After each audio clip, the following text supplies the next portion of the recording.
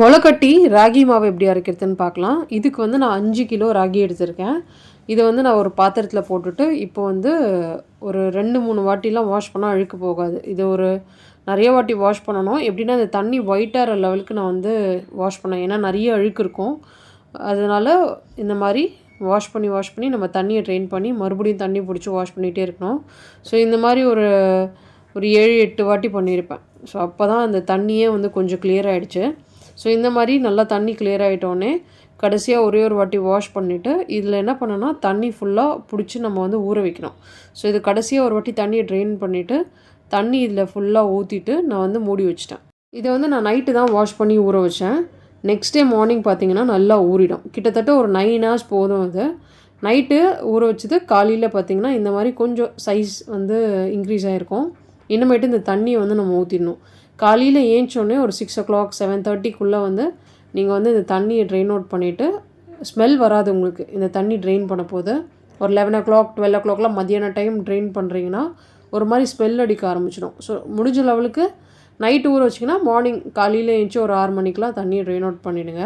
அதுக்கப்புறம் தண்ணி நல்லா ட்ரெயின் அவுட் பண்ணிவிட்டு நான் இந்த பாத்திரத்துலேயே முளைக்கட்ட வச்சுட்டேன். ஸோ இதை மூடி போட்டு வச்சுட்டேன். கரெக்டாக 2 நாள் முளைக்கட்டினேன். ஸோ நம்ம என்றைக்கு தண்ணி இருத்திட்டு வச்சோமோ அன்றைக்கி ஒரு நாள், நெக்ஸ்ட் டே ஒரு நாள் முளைக்கட்டினேன்.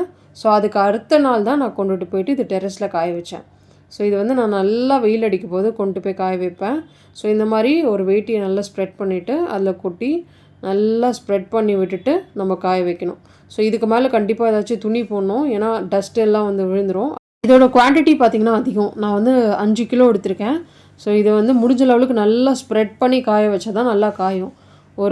ஒரே வேட்டியில் மடிச்சுலாம் போட்டு காய வச்சிங்கன்னா காயாது. ஸோ இது நல்லா வந்து ஒரு நாள் நல்லா வெயில் அடித்து நீங்கள் மார்னிங் ஒரு 9 o'clock காய போட்டிங்கன்னா ஈவினிங் 3 o'clockலாம் நல்லா காஞ்சிடும்.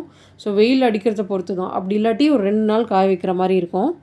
ஸோ இது வந்து நல்லா காஞ்சிருச்சு. இதை இனிமேட்டு வந்து நம்ம எடுத்துகிட்டு போய்ட்டு அரைக்க வேண்டியது தான். நான் எப்போவுமே இந்த ராகி அரைக்கும் போது இதோடு வந்து கொஞ்சம் ஏலக்காய் சேர்த்து அரைப்பேன். இந்த வாட்டி ஒரு 15 grams ஏலக்காய் எடுத்திருக்கேன். கிட்டத்தட்ட ஒரு 100 ஏலக்காய் இருக்கும். ஸோ ஏலக்காய் இன்னும் கூட நீங்கள் ஃப்ளேவர் அதிகமாக வேணும்னா ஏலக்காய் இன்னும் கூட அதிகமாக சேர்த்து அரைக்கலாம். நான் வந்து இது வந்து கொஞ்சமாக தான் சேர்த்து அரைச்சேன். கஞ்சி அதுக்கப்புறம் களி அந்த மாதிரி பண்ணுற மாதிரி இருக்கும். ஸோ அதனால் வந்து நான் கொஞ்சோண்டு சேர்த்துருக்கேன். இதை வந்து மிஷினில் கொண்டு போயிட்டு அரைச்சேன். இது ஒரு வாட்டி தான் அரைச்சாங்க, 2 வாட்டிலாம் அரைக்கல. கடையை பொறுத்து. ஸோ சில கடையில் ஒரு வாட்டி அரைப்பாங்க, சில கடையில் 2 வாட்டி அரைப்பாங்க. இதை வந்து அரைக்க வந்து என்கிட்ட வந்து ஒரு 115 100 rupees சார்ஜ் பண்ணாங்க. ஸோ வீட்டில் வந்து மெஷர் பண்ண போது இந்த வெயிங் மிஷினே பார்த்திங்கன்னா கொஞ்சம் எரரே காமிச்சிச்சு. ஏன்னா அதிகமாக இருந்துச்சு குவான்டிட்டி. ஸோ இது பார்த்திங்கன்னா டோட்டலாக 4380 கிராம் வந்துச்சு எனக்கு. இதுக்கப்புறம் இந்த ஒரு பெரிய பாத்திரத்தில் நான் கொட்டி வச்சிட்டேன். ஏன்னா நல்லா அந்த சூடு ஆறணும்.